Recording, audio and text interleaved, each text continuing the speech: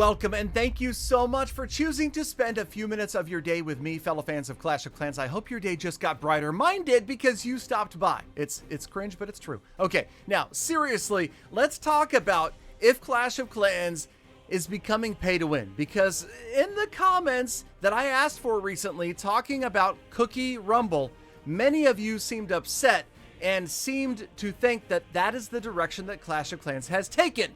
So I'm going to answer some of those comments today and interject my own unwanted opinion. And just remember, opinions are like butts. Everybody has one and they all stink. That being said, I don't dislike your opinion if you believe subscribing to the channel is a good thing. If using code Galadon is an important aspect of your life, then I totally agree with you. And actually, some of these comments I think are dead on in accuracy as well. So first things first, whether or not Clash of Clans is technically pay to win. This is really easy to define because it really comes down to one thing. Pay to win means there's a paywall somewhere. You can't get somewhere in the game without spending money. Clash of Clans has always been pay to progress more quickly. The game has always been and will always be free to play. There are always going to be little things that you can get if you spend money. And yes, some of those things you can't get without spending money, but they will never affect the gameplay. Meaning a hero skin might cost $10 in real money and there's no other way to get it.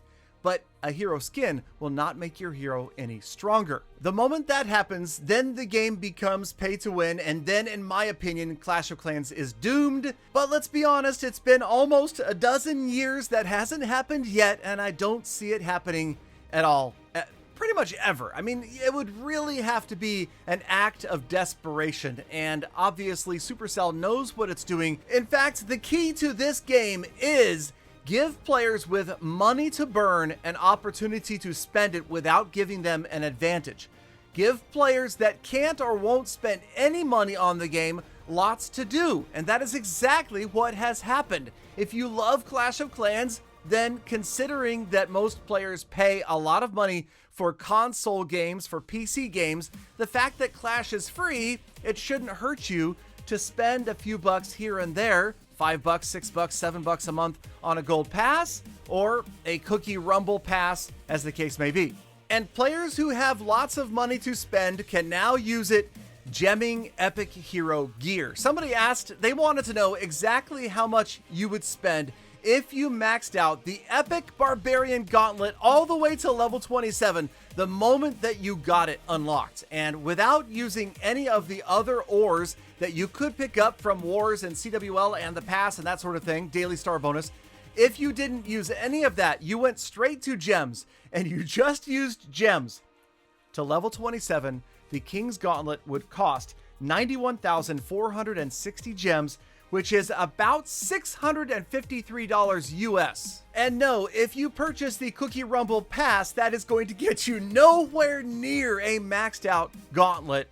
In fact, it probably will take many, many months. I have not done the calculation. If you constantly war, you get the star bonus every single day, and you only buy the gold pass, where you will go. But yes, the gauntlet does seem suspiciously strong to me. It actually feels, if you've seen some of the videos out there, some of the shorts of this gauntlet going, it feels like it's a game-breaking item.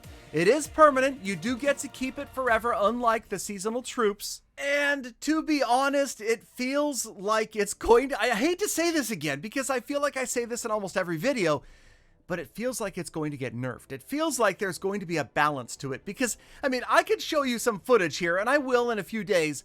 So make sure you are subscribed, by the way, to the channel and have notifications turned on. And you could see these videos too of the Barbarian King going in and annihilating massive swaths of defenses in just a few seconds. But you know what else?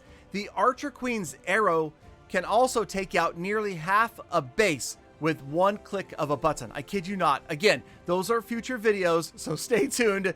It's funny to watch, but it also makes me think, wait a minute, so this is epic gear? And this is going to take a free-to-play player like a year to fully max out, but somebody could pay and have it today? It feels a little bit dirty. Just a little bit dirty, I'm not gonna lie. Also, I wanted to extend another thank you to anybody who has been using creator code Galadon recently. I also feel the fatigue of so many packages in the shop. Right after Town Hall 16, we see more. Oh, wait, hold on. Pause the video right there. Do you see this? This is Tribe Gaming using E-Dragon spam, okay? That's right, these guys know something. You can spam your Root Riders, or you could stay in the air and spam your Electro Dragons, and there's a lot of 3-star wins happening right now. Okay, back to Cookie Rumble and a comparison to the Halloween event, which was completely free. Many players have predicted that this is a test to see if players would respond positively to a Diamond Pass in Clash of Clans. I would say do not eliminate the idea that something like that could come along, or that the next Halloween event next year will also have a pass version to it. This is always coming down, and I know that Supercell does kind of deny this, but it always comes down to money.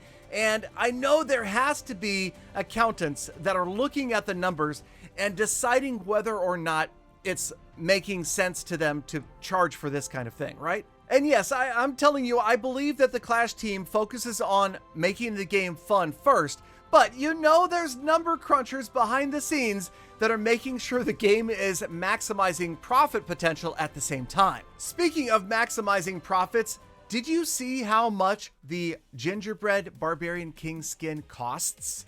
It is the most expensive skin in the game. If you are out there purchasing the cookie medals with real cash money, you are spending $15.49 US to buy that skin. That is not cheap. And actually, after I did that calculation myself, knowing that I want to get out there with my cookie medals and buy as much ore as possible to upgrade my hero equipment, I actually decided that this is also where I stop. Now, I can't say that I've always purchased every single skin and scenery, because I did not get the chest skins or scenery because I wasn't impressed with that either. But I'm also not going after the Cookie King, okay? He can go bye-bye. I'm not going to spend 15 bucks on that skin. And this is the most important point to remember. The game may be getting more expensive, but it's also always going to be free. So enjoy it however you like to play. Thank you for sticking around all the way to the end of today's episode. Get out there, make the best of the rest of your day. Week 1, theater, be kind to other people, animals, and the planet. I'll see you all back here again tomorrow for more full attacks.